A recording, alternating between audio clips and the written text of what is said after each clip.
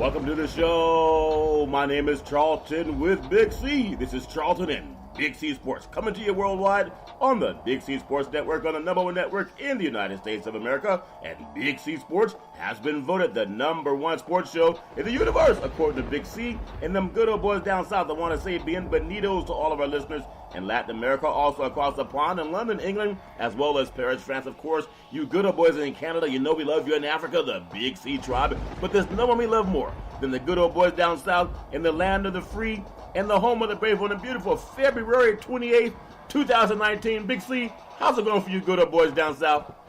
Well, Charlton, I'm still trying to dry out my socks. I walked outside this morning without my shoes on and did not realize it was raining. I guess, as you get old, you don't see as well as you used to. And my feet got wet, so I'm trying to dry them out. But I saw where you guys are also having a lot of rain up there in Northern California. Oh, yeah. We having a lot of rain in Northern California, Big C. We've even had snow in parts of Northern California that only see snow about maybe once every 20 years or so. So it's all good in the California Golden State. I do want to say that all the people that love sports, it's really an honor today.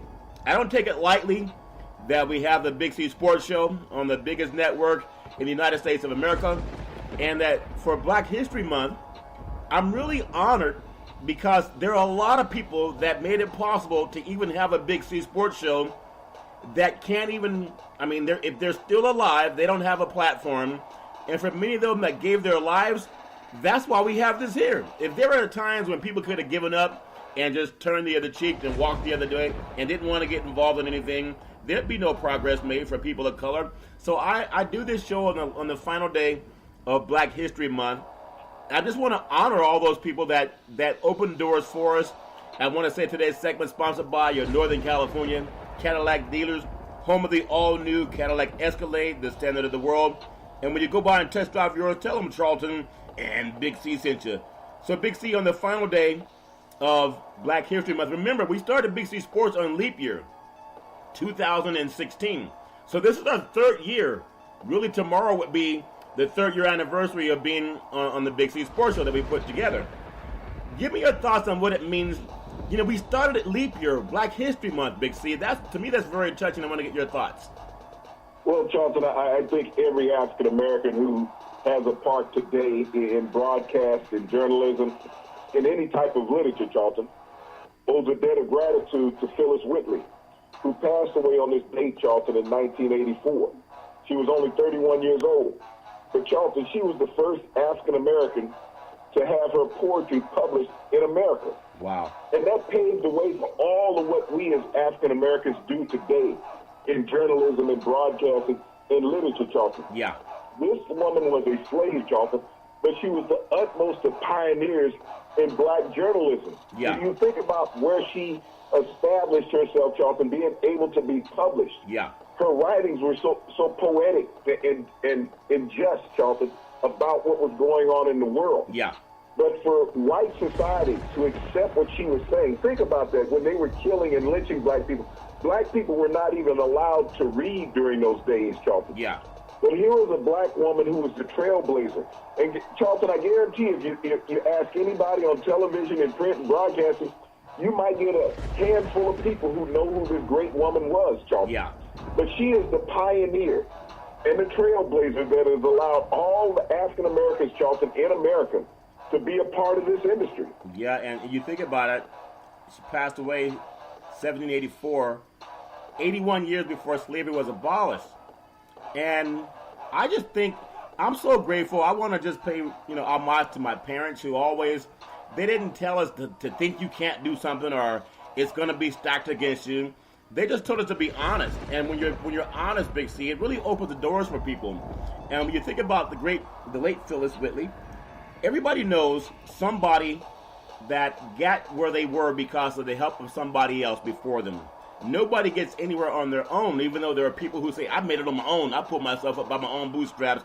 No, somebody gave you some boots that had straps on them. Someone made those shoes. Someone made those doors open. And so, in honor of all the people that we'll never meet, but that gave their lives, or they had a vision that they could be whatever they wanted to be. No one said it was going to be easy, but it was worthy. And I just want to say, I'll pay homage to everybody that has done that. Black and white and brown, red, yellow, doesn't matter what color you are. But I love people who open doors for others. And I hope in my heart that what we can do with Big C Sports is just show that other people that you don't always have to go and beg somebody for something. Go out and learn of the technology and put your own show together. You don't have to wait on mainstream to say, well, we want you to have a different tone. We want you to have if you could be, I was told one time, we want you to sound more black. I'm like, I am black. But I remember being told that by a white producer one time. Could you sound a little bit more, you know what I'm saying, Big C, your thoughts?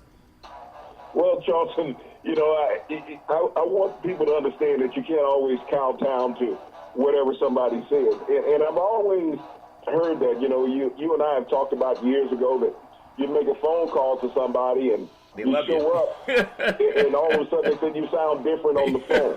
Yeah. Because your complexion was different than what they expected. Yeah. I never understood the terminology, Charlton, sound black, or even sound white, or even sound Asian, or even sound Hispanic, unless you have some, accent about what you're saying, Charlton. Yeah. I mean, I see black French people all the time. Yeah. Okay? Yeah. They speak fluent French. Yeah. Even black Hispanics, Charlton, they speak fluent Spanish. Black Germans. Yeah. So when people say that you sound, or they want you to sound a certain way, Charlton, you have to have closed eyes when you're dealing with someone and an open mind. Yeah, because open mind. The mind is what you're dealing with, Charlton. Yeah. Get past the eyeball test, Charlton. Yep. Deal someone for their character. Dr. King spoke so prominently about that, Charlton. Yeah. The content of someone's character. That's how you want to gauge somebody, Charlton. What are they bringing to the table as a decent human being? Yeah. At that point, Charlton, we have equality. Yeah. I think that's important. We embrace everybody, and I just love the fact that she did it. She was only 31 when she had her first poetry published. We think about the late Maya Angelou. There are a lot of people that have done a lot of great work over the years. Another thing when you think about Black history, Big C, is on this date, 1940, Hattie McDaniel became the first African-American woman to win an Oscar. We just got through celebrating the Oscars over the weekend. She won Best Supporting Actress in Gone with the Wind. And I know as great as she was wonderful. But Gone with the Wind is a movie that people can say is an iconic movie. And to see an African-American woman to get acknowledgement for her work during Jim Crow. I think no matter how hard it is for some actors today, Big C, they don't have to worry about Jim Crow anymore. She did, and she still did a great job. Your thoughts? Well, Charlton, when you think about what Hattie McDaniel did, Charlton, being the first African-American to win an Oscar, I mean, it's such a celebrated, iconic figure, Charlton, from Hollywood. And it's a recognition of excellence. That's what it used to be.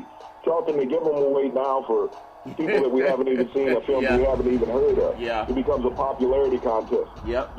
Spike Lee is the latest African-American, Charlton, to win, the Best Director award for a movie, Charlton. Yeah. But when we look at where Hattie McDaniel started, Charlton, in 1940, here we are in 2019, Charlton.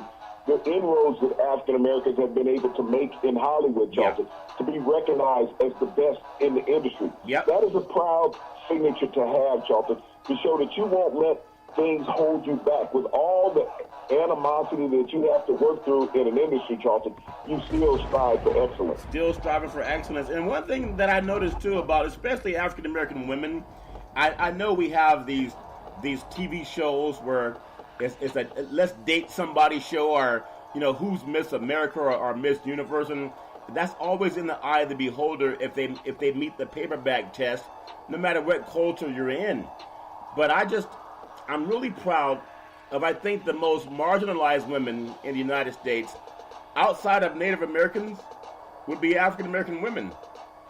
But at the same time, African-American women have done so much to make sure there was always a place to fit in.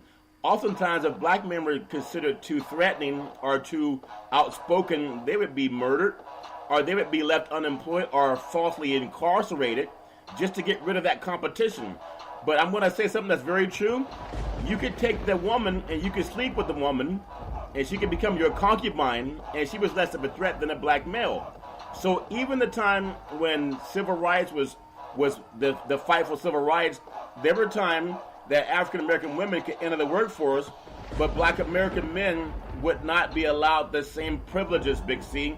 And I know that's because even to this day, Black men have been falsely thought upon as threatening, especially when we're outspoken. And I know that's true, even though people may deny that. Your thoughts? Well, Charlton, when you look at the threatening mode that African American men have always presented to society, is that white men never want to feel inferior. Yeah. So what you do is you ostracize these men, Charlton, over time. It's what has always occurred. You did not allow them to have the freedom and the same opportunities. I mean, even in the sports world, Charlton, as we look at it, yeah, you think about how many African American men in America were not allowed to play on the collegiate and professional level, Charlton. Yeah. You know, when collegiate football was integrated, you think about it, you have to integrate colleges, Charlton. Right. That was wrong. That's holding back the progression of a race, Charlton, yeah, in a country where this country was supposed to stand for freedom and liberty for all. Yeah. African Americans were not allowed to play in the professional leagues, Charlton. They weren't integrated. Yeah. It wasn't that they were not good enough, Charlton.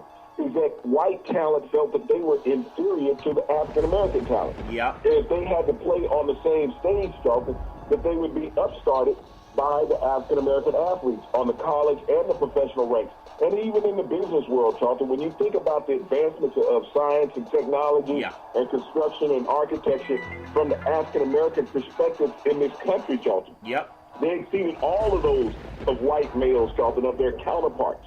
And yet they were omitted from the history books, Charlton, over time, up until we got this World Wide Web, Charlton. Yeah. Then the things started to get exposed because you could no longer hide it in print. Yep. But when you think about the advancement of colored people in this country, Charlton, yeah, and what they have meant to the fabric of this nation, Charlton, it's unfathomable. Yeah, and I even think when we look at the NAACP, that was created by Jewish Americans and other people of color back in 1909. So you don't have to be black to do things that are right for people. We're not women, but we still advocate on every show. We advocate no violence toward women. All of us have mothers, and most of us have daughters. And I've yet to find the man that can stomach a woman that he loves being beaten up on by somebody. So just because I just want to advocate for every person, and it's so important to me because I've been raised by someone that I adore, and have a child that I adore. I don't want anyone being harmed. So when we say, and some people say, why do you guys beat up on the mainstream so much? It's not beating up on anybody, but just a fact. There are laws that have to be enacted so mainstream would stop beating up on people of color. And you can ask the Native Americans, you can surely ask the African Americans for that too. On this date, Big C, as we look at mainstream and how mainstream opens doors, if they can make money off of you. The late, great Michael Jackson, 1984, what a great year. Jackson won 8 Grammys at the 26th Annual Grammy Award. 8, Big C. You have people go through the whole career and don't win 8. He did 8 in 1984. And he was accepted in the mainstream because he made money from mainstream. But I think their first time being shown on mainstream, I think it was Dick Clark with American Bandstand. I might be mistaken, Big C. Your thoughts?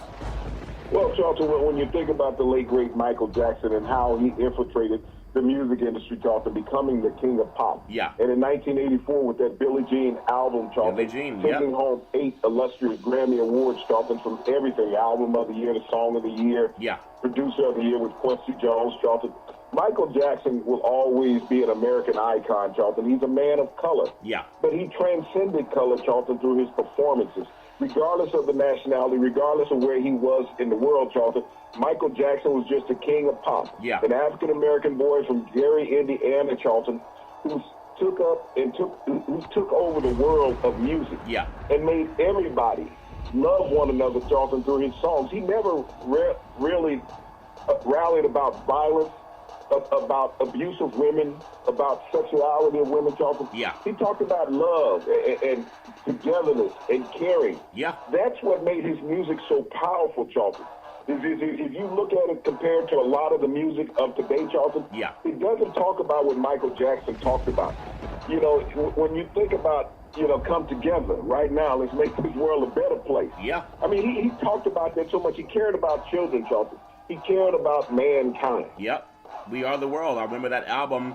Imagine bringing, you know how people have egos in our business, Big C, but he was able to get some of the greatest artists in the universe to come together to perform We Are the World and We Are the Children. I mean, We Are the World, I think that is an album and a song that should resonate more today because we have such faction in our country with, you know, racial division and whether someone's straight or gay or whether they're, no matter what their religion or ethnic group may be, we see how it's pushed out to the forefront where it seems like a person that's part of hate gets as much attention as someone who's a part of love. So what was it about Michael Jackson that was able to do what not even great entertainers could do? It's a shame that we did not have, you know, Michael Jackson and Prince perform. It's a shame we did not have Michael Jackson and Tupac perform. I mean, different kind of genres, but you're talking some of the greatest in our history of entertainers. I mean, it would be like, what if Elvis and got together with the Jackson 5 and just did a song that people could still think about? These are two great cultures coming together for the benefit of mankind. Big C, your thoughts? Well, Charlton, when you think about We Are the World, after the Grammys, Charlton, of that year in '84, when he got all the top artists together, yeah, and to put together a song, Charlton, for relief of those underprivileged people around the world, Charlton. Yeah, that's the power that Michael Jackson had. When he called people listening, it was almost like E.F. Hutton. E.F. Hutton. If you called people listening, you showed up when Michael called you. Yeah. Because of the power that he possessed, Charlton. Not only that, every entertainer wants to be affiliated with greatness. Yeah. And he was the greatest, Charlton. Yeah. So those other entertainers who were great in their own right, yeah, you know, relished the opportunity to be a part of whatever production Michael had. Yeah, and I really, you know, growing up, I used to watch a show called Soul Train. Don Cornelius. As a young African-American boy, I was always exposed to Dick Clark. And it was Dick Clark that would always have the entertainers on. And then, as a young boy of color, you always look for somebody who looks like you. Whether people admit it or not, you know, outside of your family, you want to look at somebody who looks like you. And Don Cornelius with Soul Train was a surrogate father for a lot of African-American boys and mainstream. And oftentimes, when he did the thing on Soul Train, Big C, you probably recall, they would have what's called the line. They would have that Soul Train line, and people would all get in that line, and they would take their turns, maybe 10, 15 seconds, going down the middle of that line doing their own dance. That, to me, and they were not being buffoonish, and they sang the kind of songs that sometimes you can't hear today because everything today, I won't say everything, but a lot of the music today, you're more famous by telling someone you're going to shoot them up, slap them up, beat it down, boopity-boop and babbity-bop, if that makes any sense to you. Big C, your thoughts? Well, Charlton, they were poignant songs that I still listen to today. I listen to old school music. Yeah. You know, my kids don't like to ride in the car with me, and I don't like to ride in the car with them. Use because headphones. we have two different genres of music. Yeah. But the music that I listen to, Charlton, they still hear it in the songs that they hear. Yeah. They sample. All the modern artists, Charlton sample off of those old school artists, as we call them, Charlton. Yeah. But those are part of the history and the fabric of African America, Charlton. Yep. They were songs about bringing us together, keeping us together, moving us forward, Charlton, keeping the family strong, Charlton. That's what these songs were about. Yep. When you think about the lady Aretha Franklin, respect, you know, what she was telling people. Yeah. But, you know, think about what you're trying to do to me, you know, respect. Yeah. And so that's what we need to get back to as a culture. Yeah. We need to get back to respect of one another. You know, Diana Ross, make this world a better place. Yeah. If you can. Yeah. This is what we need to do as an American culture. Yeah, and I love that. And I'm not knocking any of the young people now, but I think we saw that juxtaposition in the award show where we had Diana Ross, who was dressed in a beautiful red gown. I mean, it's gorgeous. Very classy. Even aristocratic. And then contrast that, J-Lo in almost a bikini, you know, shaking her body parts to say this is part of me. And maybe that's fine because different cultures have their different styles. But it's nice to see if you have a woman that you love, that she can actually be respected for not showing all of her body parts and shaking it in front of some man as if that's all she's worth. Again, everybody's different in culture, but that's what I miss in the old school, Big C. Speaking of old school, on this date, 1976, Natalie Cole. She took home a Grammy for the Best Female R&B Artist. with her hit song "This Will Be." And again, not knocking the young people, because I like all kind of music. Okay, I like from Tupac to Beethoven. At the same time, when you think about "This Will Be" an everlasting love, you contrast that now, and the people that win awards, it's about being more in your face, and how sometimes you got to have your grandmother change the channel when they come on with that. If that makes any sense, your thoughts, Big C? Well, Charlton, when you think about the late Natalie Cole, she sang because of what she learned from her father, the great Nat King Cole, Charlton. Yeah. And so she was an extension of what he had gave to Black America, Charlton, in the 50s. And his daughter carried on his legacy, Charlton, not only in winning Grammys, but singing songs that was poignant and meaningful, Charlton, to the culture. Yeah, to the culture. And I love those days, and I miss those songs, Big C, and I hope that they'll forever live on with people that can talk about it. Even in sports, when you hear your average athlete nowadays, they always put these earphones on before they go into a game because they want to get into their own zone, and they'll listen to it. It gets them hyped. It also blocks out the outside noise. But I think about going way back to 1967, this date, Black History Month. I think maybe the second greatest basketball player of all time. In fact, I would say the best or the second best basketball player in the universe, the late Wilt Chamberlain. He sinked his 35th consecutive field goal in an NBA game. Now, he's a guy who's known for the 100-point game, and he was averaging 50 points a game. He also has a couple of other records that we couldn't keep up the total count on that, Big C. They might have a recount on some of his other records. But what a great athlete. What a great dominating athlete that at a time, segregation said you can't play with mainstream, Big C. That's how far society came back in 1967. Your thoughts? Charlton, we revel over basketball players today who scored 35 points in a game. And you think about Wilt Chamberlain scoring 35 buckets in a game. He had no three-point shot, Charlton, when he was scoring those 35 consecutive. Think about consecutive. We hear about guys, he's made 11 straight shots in the game. He's made 12 straight shots in the game, Charlton. Right. We heard Klay Thompson hit 11 consecutive three-point shots in the game, Charlton. Yeah. Wilt Chamberlain hit 35 consecutive shots. Wow. You think about that in one game, Charlton. No one will do that in their career, whatever's left of the NBA, Charlton. Yeah. They won't do that over a 2 to 3 game stretch, but he did that in one night in 1967 on February 28th. Yeah, you know what, Big C, when you think about how dominant the great Wilt Chamberlain was, I want to get your thoughts, and people might say LeBron James. What player today can remind you the most of how Wilt played? I think he had the effort of Russell Westbrook, even though he's a lot bigger than Russell Westbrook. I just want to get your thoughts on who you would compare his tenacity with that's playing in today's game. Your thoughts? Charlton, there's not a player today's game that would remind me of the great Wilt Chamberlain, Charlton, because what he meant to the game of basketball. He was a revolutionary, Charlton. He changed the way that the game was played. He changed the way that black players were looked at, Charlton. Yeah. Becoming the dominant, iconic figures in a league that ostracized blacks, Charlton, until the early 50s. There was no blacks in the NBA. Wow. Wilt Chamberlain had to fight to get in the NBA, Charlton. After 1 year in Kansas, he had to go play with the Harlem Globetrotters. They wouldn't let him into an early entry into the NBA. But, Charlton, he changed the dynamics of the game in ways that no player can change it today. He made them widen the key, Charlton, from 6 feet wide to 12 feet wide as we know it today. Wow. There's no player in the game, Charlton, that can revolutionize the game the way that Wilt did. Charlton, there's no player that can average 50 points a game.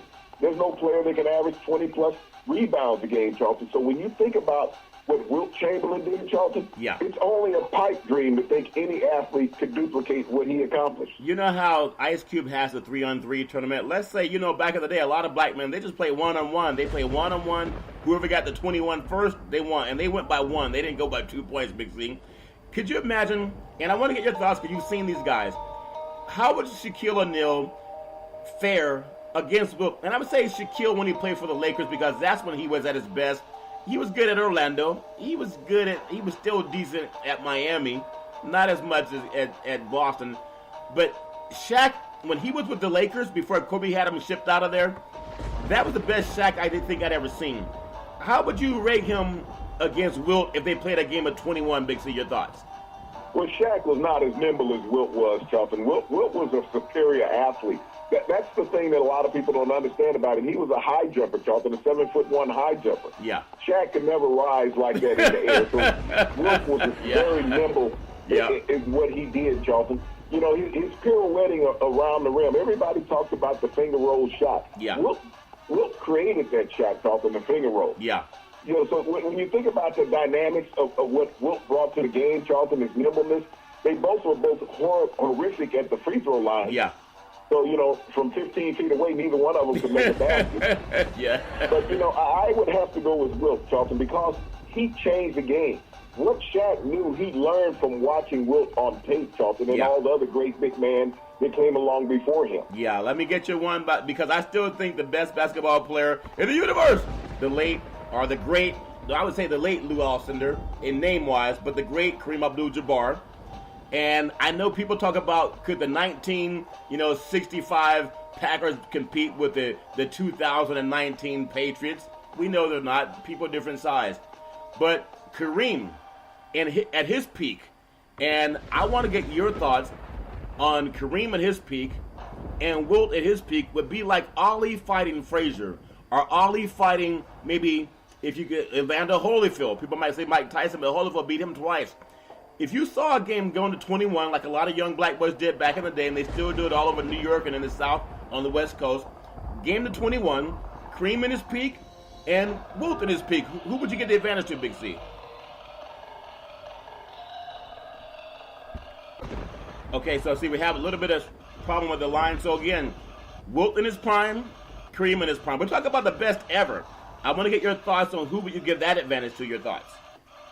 Well, Charlton, both of these men have known each other since Kareem was back in high school as a young Lou Alcindor. Yeah. So they competed against each other, Charlton, on many levels that people never got a chance to see on television. Yeah. So their athleticism, Charlton, was quite opposite of each other. Wilt was a dominant inside player.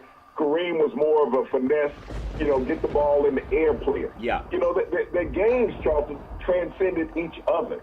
It would have been an epic matchup, Charlton, to see both of these young men in their youth. Yep. To see both of them at the age of 28 competing against each other, Charlton, in the NBA. I mean, it's one of those things that we'll never know. Yeah. But, when you think about Wilt's records, how he dominated the league, Charlton, in his prime. Yeah. And even Kareem, he dominated the league in his prime, Charlton. Both of these men had unparalleled careers in the NBA. Yeah, I think it's one of those things.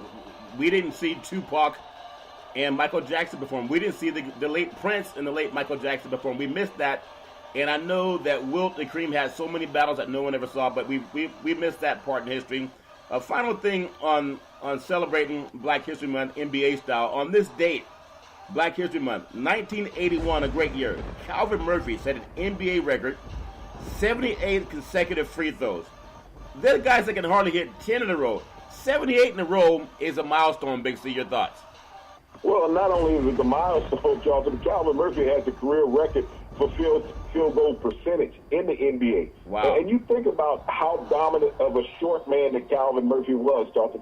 He was a 5'9" all-star point guard with the Houston Rockets. Yeah. When he was in college at the University of Niagara, Charlton, he led the nation in scoring back in those days, Charlton, prior to entering the NBA. Yeah. And he never took a step back. He would challenge anybody, Charlton. He was a ferocious player on the court. And that's the reason why he shot so many free throws, Charlton. Yeah. He didn't mind going into the forest to battle all those big trees in the paint. But, when you think about the records that African Americans hold, Charlton, in all major sports, Yeah. Calvin Murphy, a very diminutive player, Charlton, holding the NBA record for free throws consecutive made. That's amazing. I think the best we have in the game now, among many great players, I say Steph Curry is a benchmark right now for how he can shoot free throws. I know we talked a lot about dominant players, and again, these guys stand above 7 feet. We're thinking about, Wilt and Kareem 1 and 2. I would say Kareem number 1, Wilt number 2. Everybody else falls in line. The Milwaukee Bucks, they have a 9-game road winning streak, which is currently the longest in the NBA. But they were pushed by the Sacramento Kings last night, and they won a 141-140 overtime game over at Golden One Center up in Sacramento. And that team, I'm telling you, they look like they could challenge for the NBA championship. Now, people can say, well, how is that? They squeaked by the Kings. The Kings are an up-and-coming team, and Bagley got injured, but he'll be back in about 2 weeks. They're going to just rest him up. But that team has the best road winning streak right now. And usually, Big C, that was a liability for an Eastern Conference team. It was like, so what? They're going to get swept in the West when they meet the West champion. This team might be able to get 2 games if they reach the NBA Finals, Big C. Your thoughts? Look, Charlton, they might get 2 games, 3 games in any road series that they have. When you think about it, they're the hottest team in the NBA on the road here in the latter part of the season with just over 20 games remaining, Charlton. You have to be able to pick up some road wins in the playoffs, Charlton. They're a dominant team at home. They're a dominant team on the road. They are a true contender for the NBA title this year, Charlton. And when you look at matchup situations, they can match up with any team in the NBA, and they can even match up with the Golden State Warriors, Charlton. Yeah. Because they have lengthy bigs, Charlton. They can handle the basketball. They can go inside, outside, just like the Warriors can, Charlton. I think from a fan's perspective, that would be the marquee matchup in the NBA championship, Charlton, having the Milwaukee Bucks versus the Golden State Warriors. Yeah, I think, I don't want to say that, Big C. I mean, the only team that can really compete with them, there's 2 on the Eastern Conference, I think. We can't say Boston anymore. I look at Toronto because they can match them, and maybe Philadelphia. But they are looking like the best team right now. They have also beaten Golden State earlier in the year, but Golden State didn't have a healthy, DeMarcus Cousins. So we'll see how that measures out. Give me one more thing to tickle my mind, Big C. Giannis played in the same, breathed the same air that Lou Alcindor breathed back in the day. They both played for Milwaukee. Is there any part of his game that reminds you of a young Kareem Abdul-Jabbar when you watch Giannis and how dominant he is as a youngster, Big C? Your thoughts? Well, no, Charlton, those are 2 completely different type players. He reminds me more of Kevin Durant than he does any other big man. Kareem was a true low-post player, Charlton. He could handle the basketball if needed be. Yeah. He could take it from end to end on a basketball court. But he was more settled getting down low on the blocks, Charlton, and dominating from the inside, getting around the rim. They both have a great assist game, Charlton. They both have a tremendous rebounder. Yeah. But as far as their offensive skills, Charlton, they're the polar opposites of each other. Wow, I want to say that today sports is a billion-dollar industry, and boys and girls sports is the foundation of this billion-dollar industry. For every athletic and sporting event, you need athletic and event insurance. We work with Ben and Mark. They've been around half a century. They work with Big C Sports, whether you're a pro team, a collegiate team, a high school team, or your mom and pop soccer league. When you reach out to them, let them know that Big C sent you. And Big C, it's important to say this. Sports is a billion-dollar industry. Today, the final day of Black History Month, on the calendar anyway, it celebrates so many achievements from civil rights, opportunities for men and women of all colors. Black Americans have been the vanguards of the fight for equality. When you really think about that, from the Civil War all the way to the last election, and we know a lot of the things with the birther movement and all that garbage, it's been Black Americans who've been not only the vanguards pushing through, but also the target of racism and discrimination and xenophobia. With the birther movement, Willie Horton, and all that garbage. What is it about Black Americans that have made sports at least the highest watched sports in the United States? That's NFL and NBA. It's the presence of Black men that even built Washington, D.C., that have made it a billion-dollar industry. Why are we still the most maligned when 80% of the athletes that play NBA are Black, about 70% that play NFL football are Black, made it billion-dollar industries, made owners billionaires? Why are we still the most maligned, Big C? Your thoughts? Well, Charlton, the reason for that is that you don't want to create equality even in those sports. You talk about the dominance of the Black athlete in all professional ranks, Charlton. There's always going to be some drawback, Charlton, saying, well, it was our game first. That's what you get from a white American stance, Charlton. It's even like today, Charlton, when they had the measurements of the quarterbacks at the NFL Combine. Yeah. All the speculation and talk that has gone around Kyler Murray, how he's been beaten up and drugged through the sand, Charlton, over the last month and a half. Wow. Since he declared for the NFL draft and said he would not play professional baseball. Yeah. This is an opportunity that anybody can have, Charlton. There's talk come out today that said that his father was overreaching and demanding. Charlton, that talk didn't come out when John Elway was demanding not to play for the Indianapolis his father, Jack. Colts, rather. Yep. And his dad, Jack Elway, who was his coach in college, had a hand in that, then everybody said it was okay. Or even with Eli Manning, Charlton, when he was drafted by the San Diego Chargers and his dad stepped up, Archie Manning said, no, I don't want my son playing in San Diego. Yeah. So, when it's a white father, Charlton, looking out for their kid, Oliver Luck, talking about Andrew Luck coming out of Stanford. Yeah. No one puts any backlash on that, Charlton. But Kyler Murray's father steps up. The thing about having a relationship with your parents, Charlton, they're your parents your entire life. They're not an agent. They're not a girlfriend. They're not a wife. Yeah. They're your parents. You're stuck with them for time, the whole time. Yeah. So, as a parent, you always look out for what you want the best for your children. Yeah. And it's just like with the measurables with Kyler Murray. Everybody said, well, he's not tall enough to play. Well, hell, all he's done is win in high school and college and win the Heisman Trophy. Yeah. But the measurables come up. They're saying, well, he's not 5'10". Well, today, ironically, he came out being 5'10" and weighing over 200 pounds, Charlton. Yeah. You think about this. Would you rather have Kyler Murray taking #1 overall, or would you rather have Brock Osweiler, who came out of Arizona State, drafted by John Elway? Yeah. Which one would you rather have as your quarterback in the NFL? You know what's interesting about that statement, too, Big C? Kyler Murray's only lost 2 college football games. Once to Texas, and they avenged that loss. And then to Alabama, where they outperformed Alabama in the last 3 quarters of that game. He was the shortest quarterback in all of his football games. It didn't stop him from only losing 2 college games. And also in high school, I think he was 40-1 down in Texas at Allen High School. And he was, I think, shorter than all the quarterbacks he played against. So all that stuff about how tall or what size, like Jimmy Johnson said, give me guys that can play, and that's important. I want to just touch on real quick on, the final day for Black History Month, 2019. Tonight's NBA schedule, and right now it feels like we're in the playoffs. It's just amazing. I love NBA basketball. You can feel it, Big C. You can feel it. People are intense. Minnesota at Indiana tonight. Golden State at Orlando. Dwayne Wade, people can change their mind. I know he has kids. Everybody has kids. Dwayne Wade, he still has some juice left in his gas tank, Big C. I hope he doesn't retire. It wouldn't be the first time. That shot he hit last night against Golden State, Durant blocked it. How did it get in, Big C? Your thoughts? Well, Jonathan, the muscle reflex of an athlete. Yeah. To stay with the ball. And that's what Dwayne Wade did, Charlton. The game is not over until that buzzer goes off. Yeah. And he regathered himself, Charlton, and hit a chest shot, banked it in. I think he called bank. I'm not sure if the volume was down at that time. Yeah. But, if he didn't call bank, the shot shouldn't count. This is professional basketball. Yeah. But, when you look at the game, Charlton, and this is what it's all about.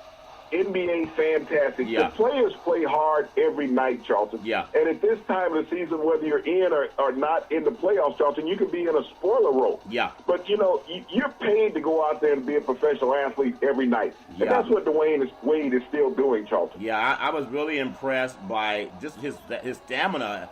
He still got some hitch in his giddy up. Cleveland at New York, Miami at Houston. Miami might be still buzzing from the win last night. I don't think they win at Houston. Philadelphia at OKC. Utah at Denver. Give me your thoughts on Philly going to Oklahoma City. They're smarting from the loss they took at Denver, but they were mile high up at Denver. I think back home they'll get some of those, what they cook, chili and ribs down in Oklahoma. They'll probably win if they get a good slab of ribs. Big, so your thoughts?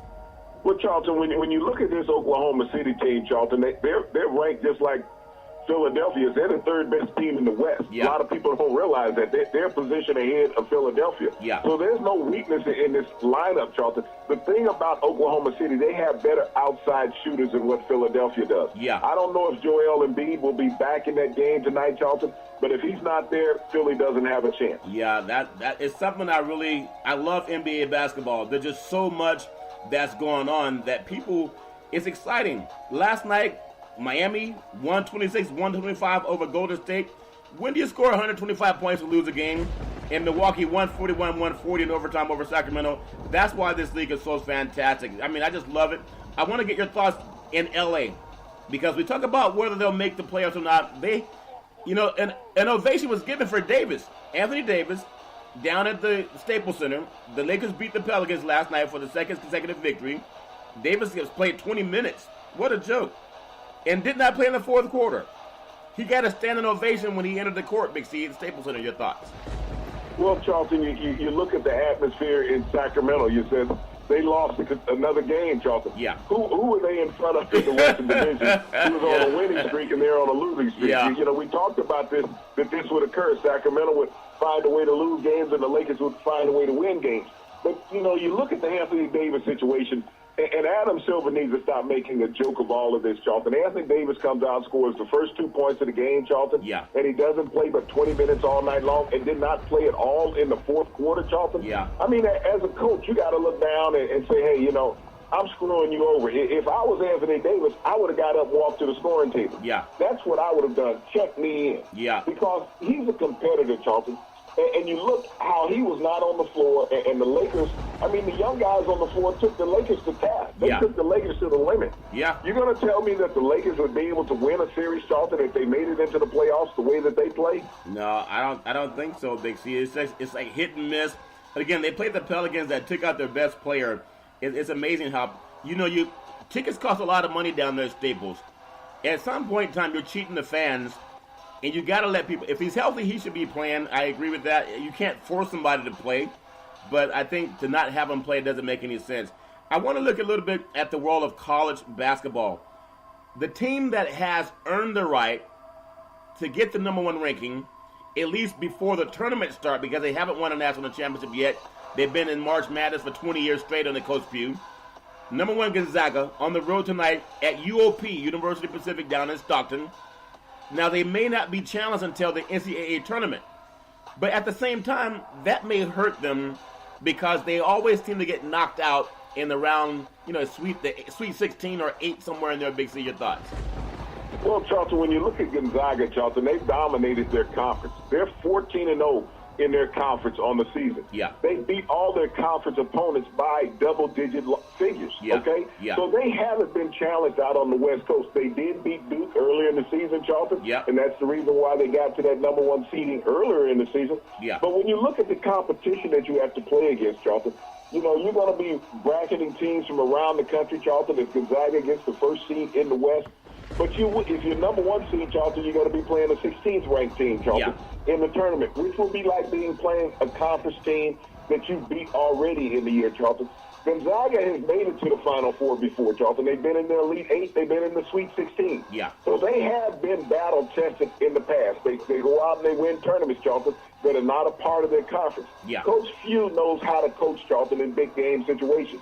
When you think about the 65 teams, Charlton, that make March Madness, how many of them win a tournament every year? Yeah, one, just one. Charlton. Yeah, just one. Just one. In 20 years, a lot of consistency. I think they rival Duke as far as how many times they get in. And will this be their year? I don't know. I think there's a lot of push to see Duke get back to that crown. And, you know, it's just a matter of who's calling games, what's a foul, what's a travel, and that happens a lot.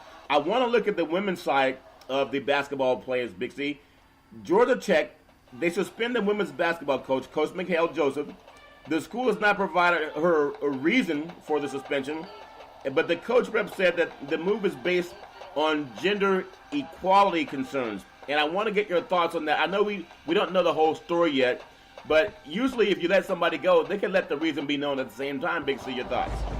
Well, Charlton, it's a strange answer when you say gender equality, especially from a women's basketball coach, Charlton. Yeah. How could there be lack of gender equality when you're coaching the female basketball team and you're a female coach? Yeah. So that that's concerning in the statement to me, and the university not releasing the reason why she was suspended, Charlton. Yeah. It's a big question. And Georgia Tech, a fine academic institution, you wonder what their reasoning was. Yeah, and obviously it'll come out. It just, I know when you have, Marcelo Joseph been named the coach right now at Georgia Tech. Basketball is a funny business. No one really cares about it until we get to the tournament time. But there are things that if a man was let go of a team or as a coach, I think we hear the reason why. They wouldn't keep it hush-hush. And I think more would be, coming out as we figure out what happened in that situation. Now, when you think about some of the playoffs that are coming up for March Madness, give me your feel again. We talk about no West Coast representatives, at least from the Pac-12 and the top 20. And you look at Gonzaga, way up north in a smaller conference, being the West Coast team. Is there any thought on how to make these games on the West Coast more appealing? Because if you don't have a lot of West Coast teams in, you're going to have a lot of empty stadiums, Big C. If Gonzaga's the vanguard for the West Coast teams, how are we going to address that when you don't have West Coast teams being ranked? Who's going to go to those tournament games and watch them play a team that's higher ranked? Big C, your thoughts? Well, Charlton, ironically, the only two teams on the West Coast that's ranked in the top 25 are in the state of Washington. You have Gonzaga at number 1. You have University of Washington at 25. I think the biggest problem with West Coast games, Charlton, are the announcers that they have. Yeah. You put all the exuberant, exciting announcers on the East Coast and the Southeast games, Charlton, that are broadcast on all the major networks. Yeah. When you're watching a West Coast game, Charlton, in college basketball being broadcast, you got to have a cup of coffee and some no-dos sitting there with you, okay? Yeah. They bring no excitement to the game, Charlton. They bring no insightfulness to the game. Also, Charlton, they have to play a better brand of basketball on the West Coast. Yeah. There are no big-time recruits any longer, Charlton, going west, where those teams got all the television. Yeah. With the broadcast networks set up the way that they are, and they want everything in prime time, Charlton, you can't start a West Coast basketball game at 10 o'clock in the morning to make it a 1 o'clock prime time game in the East. That makes sense. Well, let me get your thoughts on this. Going back to grab the youth and seeing what's the trend now. If you think about what were some of the favorite sports programs, and when you're at grammar school, when you're a young boy growing up, and things that you played out here in California, a lot of people play basketball. At the same time, a lot of people play pickup football. And then baseball, those major three sports. Surfing, people think about West Coast as people surfing. Not a lot of surfers out here. There's some in LA, but not too many. In the South, from what I understand, there's always a lot of track and field, especially down in Florida and Georgia and Texas, especially football. I think baseball's played a lot, especially in the South. And then, of course, football's king. But do you think that perhaps, I think you made a statement, some of our games start way too late. 7 o'clock starts. There are games that start at 7:30 on the West Coast. People are in bed on the East Coast. They start tomorrow based on what you guys see. Do you think that has something to do with it also? Your thoughts? Well, Charlton, it does. It's the television bracketology when you look at it. But when you go back to games that you played in your youth in grammar school, Charlton, and, I remember growing up, and the games that we played, Charlton, honed our skills. You think about playing kickball, eye-hand coordination, foot coordination. You think about playing dodgeball, Charlton, nothing but agility being involved in that. We had a game called Four Squares, Charlton, where everybody moved the ball back and forth to each other's square on this block, and you dealt with reaction. Yeah. As a young man, Charlton, I played hopscotch with my sisters. So you learn balance, Charlton. You learn skills that you didn't even realize that you were learning as a young kid that propelled you in athletics because you played multiple sports. A lot of these skill games, Charlton, kids don't play anymore. When you tell a young man, okay, go play jump rope. Right. Oh, you're a sissy. No, you're creating balance and agility by doing that. Timing, Charlton. Eye-hand coordination. You think about what basketball players do, Charlton. They do what you do in playing jump rope. You think about playing dodgeball. You think about the gauntlets that they have them run at the NFL combine. The cone drills, Charlton. That comes from dodgeball. So when you think about what made young athletes great, Charlton, before all this modern technology came into play, it was 6 simple games that I played. And I played with my sisters also, Charlton. You think about it. I knew how to play jacks. Think about that. Ask a young man what is jacks nowadays, Charlton. They probably couldn't even tell you what that is. I think I recall seeing something about that. And you had some jacks. You had jacks and some dice in your hand, I believe. I might be wrong about that. But no, you had a little ball, Charlton. That little red ball. Okay. You went to 2. You got all the way up to a dozen. You had a dozen jacks out there, Charlton. And then you got to the point where you had to let the ball bounce twice after you got through that first round. As you got to the third round, it had to bounce 3 times while you were picking them up. I remember that little boy paying attention to that. So I want to get your thoughts on a beautiful Black History Month. And it has to be great weather here in California for some reason. It's been raining cats and dogs of late. But we're getting lots of rain, and I just hope that people, can enjoy it because we don't get a lot out here in California. I want to just finish up with a couple of things for Black History Month. I look at what's happening with Major League Baseball. Now, there's a lot of talk about Machado signing down with San Diego because it's close to the border, the $300 million, 10-year deal, $30 million a year.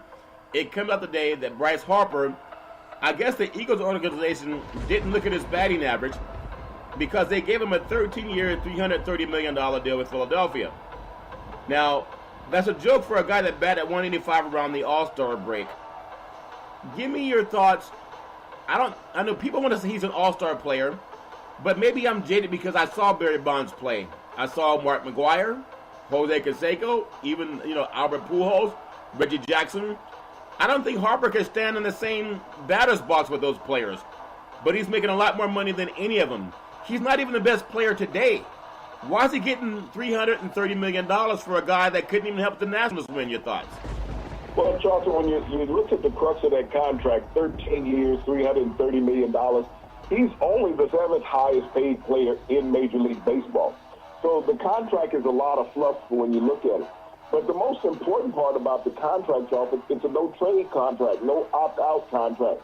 So he would be 39 years old, Charlton, at the end of that contract. And you think about how much that contract will be worth, even in 10 years, Charlton, with the number of players who will have catapulted beyond him as far as revenue in the Major League Baseball. Yeah. But Bryce Harper has a lot to prove. He's going to have a whole lot of weight on his shoulders, Charlton, this upcoming season to help the Philadelphia Phillies get better. And not only that, Charlton, they're in the same division as the Washington Nationals, who offered him $300 million for 10 years. Yeah. So you think about the slap in the face to the people of Washington and that organization, Charlton, that they offered him before the end of the season last year more money than what he's getting now. So if you think about a tarnished relationship and fan base, Charlton, I believe that they played the Nationals 19 times this upcoming season, Charlton. So there's going to be a lot of bluebirds in the stands, Charlton, in National Stadium when Bryce Harper comes to town. Now, he has had his second most success in Philadelphia in that stadium, Charlton, other than playing in Washington. So that was a tribute to a lot of them signing him, Charlton. But can he duplicate that playing there every game now, Charlton, on a homestand? When you think about that and they're playing the Nationals, I still look at the Boston Red Sox, and then you look at the Houston Astros being the power teams that have a chance to compete for another World Series.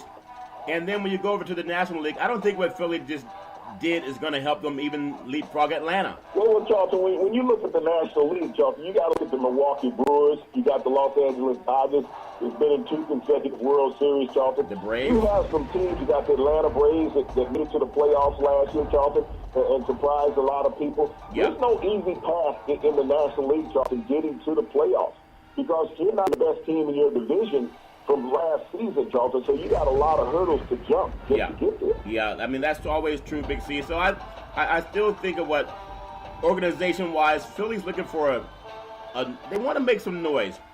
But let me get your thought. Do you think he's better than Mike Trout for the L.A. Anaheim Angels? I don't think so. And I've been wrecking my brain since I know Boras is a great agent because he gets that kind of money for people who don't even farm. But I've been racking my brain to say, who's better than him, making less money than him, and even when Pujols came from the Cardinals out west to L.A., it's like he dropped off because that money was so big. It's about staying healthy, not trying to keep. I mean, that's just my thought. When the money got so big, it wasn't about trying to hit home runs. It was about staying healthy.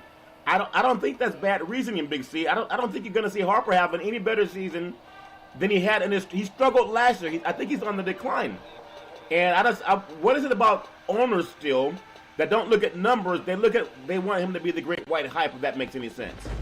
Well, Charlton, he's only 26 years old, so he has time to right the ship in his career. And you talked about Mike Trout. Mike Trout has 2 years left on his contract in Anaheim with the Angels out there, Charlton. But the way that this Harper contract is structured, and you got to understand, Mike Trout is a Philadelphia boy. If he wants to go back home, the way this contract is structured, there will be cap space, Charlton, to bring a Mike Trout in. And if you do that, Charlton, you're talking about having one of the greatest outfields in baseball history. If you can get those guys to perform at their all-star level. Yeah, that's a big if. And so I wish everybody nothing but the best. But I do want to ask your thoughts, too, because this is Black History Month, and we've had so many things happening in the White House, and we've had so many things happening with people of color, and people saying, the president went and said he was going to help, solve the nuclear arms crisis. Didn't happen, so he's coming back home with a little bit of egg on his face. I felt bad for Sean Hannity and Geraldo Rivera because they were making fun of Elijah Cummings and this hearing that we have Congress trying to see happen in the White House. And did he know any Russians? Was there any Russian collusion? Was there any type of shenanigans going on with the last election? And we know there were. At the same time, what does Hannity say? And knowing that POTUS didn't get what he wanted, I want to get your thoughts on that before I open our last subject because I'm going to tie it together. But Fox News was making so much fun of CNN, saying, I can't believe here's a guy trying to stop the next potential world war, and we have people wanting the president had collusion going on with the Russians. Well, they didn't get what they wanted. And I know they have egg on their face because they're just one side of the coin for those guys. What are Rush Limbaugh, Hannity, and Geraldo Rivera doing today to realizing they went over there and POTUS didn't? He got kind of shut down again, Big C. Your thoughts? Well, you got to look at Little Kim wins every time that POTUS shows That's up. That's 2-0, Big C. That's twice. The thing. Yeah. He wins every time because he has given him recognition. Yeah. I look at how the president, Charlton, has recognized three of the most villainous leaders in the world. Vladimir Putin said he believes what he says. You look at the Saudi Arabian Prince, Charlton, that had the journalist killed, Charlton. Yeah. He said he believed that he when he said he had no involvement in it. Yeah. And now you look at Little Kim said, well, I wouldn't be meeting if I didn't consider. He never said that I will. Yeah. He said, I'm considering it. I'm doing anything to get on the world stage. That's what Little Kim said today in Korea to the president. And it worked. And the president, wanting to be concerned with what's going on in the media as well as Fox News back home in Senate hearings, Charlton. You think about the Republicans, Charlton, for 2 years. They never did anything to investigate the president. No. And when the Democrats, Charlton, took control of the House and they had hearings, not at one time did any Republican say that the president had done anything. They spent all their time trying to disparage Michael Cohen and to write him down as a villain. Yeah. The president lies every day, Charlton. Every day. When Little Kim said he had nothing to do with Otto Warmberg's death, That's who was a college student, Charlton, that had been in prison for 14 months in North Korea. And Little Kim said he didn't even know the guy was over there. What a joke. That's a lie. Yeah. And the president said he believed the guy. Yeah. So when it comes to Americans and how Americans are treated, and you think about what the president says about Americans in this country and Fox News, Charlton, that the president is to be believed on every angle. Yeah. I mean, as a human being, as a conscientious thinking person, and this is not a strike against the presidency of the United States. This is a strike against the person that's holding the Oval Office, Charlton. Yeah. That he does not represent everybody in this country, nor does he try to, Charlton. Yeah. If he had compassion for every American, then we wouldn't have this vitriol and all these investigations going on, Charlton, through the special counsel, through the Southern District of New York, through the House, committees, Charlton. Yeah. This is the reason why wrongdoing is continuously going, Charlton, because we don't have bipartisan politics in this country. Yeah. We have self-serving individuals that are not about the American constituency. Not about fairness and equality for everybody. Today, Bob Kraft, and a leader in the NFL as far as respected owners, pleads not guilty to being charged with solicitation, even though it was on tape. It reminds me of the late Richard Pryor. And he said he was home. And he was having some fun with a Playboy bunny, and his wife came home early, and she saw him on the sofa with a Playboy bunny, and she said, "Richard, I can't believe what you're doing to me, Richard. Why would you do this to me?" And he said, "Honey, who are you gonna believe, me or your lying eyes?" And I want to get your thoughts. Did Bob Kraft love Richard Pryor? Mixing your thoughts. Well, Charlton, who knows what we're gonna see on video? Yeah. The thing about the attorneys today asked that this be a non-jury trial for Robert Kraft. They wanted it heard only in front of the jury. This is how the NFL protects itself, Charlton. Yeah. They never want the public to see any entity about the NFL unless you're a player on trial, Charlton. Yeah. And I'm wondering how Fox News will handle that. And even the president. Is Bob Kraft being set up? Is it a witch hunt? Is he being treated unfairly? I'm waiting on the president to weigh in because they're very good friends, Charlton. Yeah. So here's Bob Kraft doing what the president has always done. So if Bob Kraft I don't think he just learned about suicide politics, because he's always had a home in Jupiter, Florida, as well as the president has, Charlton. And we don't know how, we don't know how it's going to turn out. This is a normal modus operandi. Yeah. He just happened to be in there while they were setting up a sting operation. Yeah, while they were setting it up. So be careful when you go places. Remember what Richard Pryor said. Sometimes they're always on tape. Big C, last story, Black History Month, and what a great month. I'm really just honored to have a platform to talk about sports and entertainment and real talk. Whether there's something going on with our government, that we can just tell people, hey, it's just a thought. Think about it. Google it. Whatever it is. Don't be the dumb guy that only watches sports. Raise our kids to be, well-rounded, not just sports jocks, and can sit up and watch a sports program 24 hours a day and don't even know that the president's out of the country and condoning the actions of a dictator, a brutal dictator. But just read a little bit. Today, Jason decided he was tired of the broadcast booth. He couldn't do what Tony Romo was doing, and he gets another chance. Jerry Jones is going to give him a 1-year contract to play tight end, for the Cowboys again. Do you think that's going to hurt or help them? Sometimes you just got to go forward, Big C. Your thoughts? Charlton, I think that will stunt the growth of the Dallas Cowboy offense. People say, well, he'll be a safety net for Dak Prescott. Charlton, he's going to be a liability for Dak Prescott. Well, you should be developing a young tight end to grow with your running back and your wide receiver and your quarterback, Charlton. Yeah. You're bringing in an archaic individual who, even in his last year playing, Charlton, he couldn't catch a pass over 4 or 5 yards down the field. Yeah. He can't separate. He's not going to intimidate people. So look at this in comparison with Le'Veon Bell, who was out of football last year, Charlton. And everybody on Le'Veon Bell because he said he wanted to save his body. Yeah. Here's Witten coming back, Charlton. He's already played 15 years. Yeah. In the NFL. Yeah. And you can see the decline in his body and his performance, Charlton, the last 3 or 4 years that he played. Yep. He wasn't getting better, Charlton. He was getting worse as a player, and that's the reason why he stepped away from games. Yeah. But he also found, Charlton, being in this industry, that it comes with a lot of criticism. Yeah. And you can't protect yourself. No. Because you can't fire back like you did when you were a player, when you're on the broadcast side. You have to be careful because you're shackled by ESPN on what you can say, Charlton, on Monday Night Football. Yeah. And Booger McFarland actually, Charlton, should have been the guy in the booth with the announcer in that scenario. Yeah. Jason Witten got it because he was white and he was a teammate of Tony Romo's, not because of his talent. Yeah. And now he's going to go back to the Dallas Cowboys, but this is a move that Jerry Jones will do, Charlton. Yeah. He's not always trying to better his team. When you think about they need to be able to get to stretch the field, Charlton, they can't do that. And when you bring Jason Witten in, Charlton, what does that do? That slows down the running game for Ezekiel Elliott. Yeah, that's one guy you don't got to cover more than 10 yards down the field. Big C, back in the day, there was a man by the name of Drew Boudini Brown. He was known as Muhammad Ali's right-hand man. He would always tell Ali, with all you got to use, how can you lose? Rumble, young man, rumble. Big C, what are you looking forward to in the sports universe?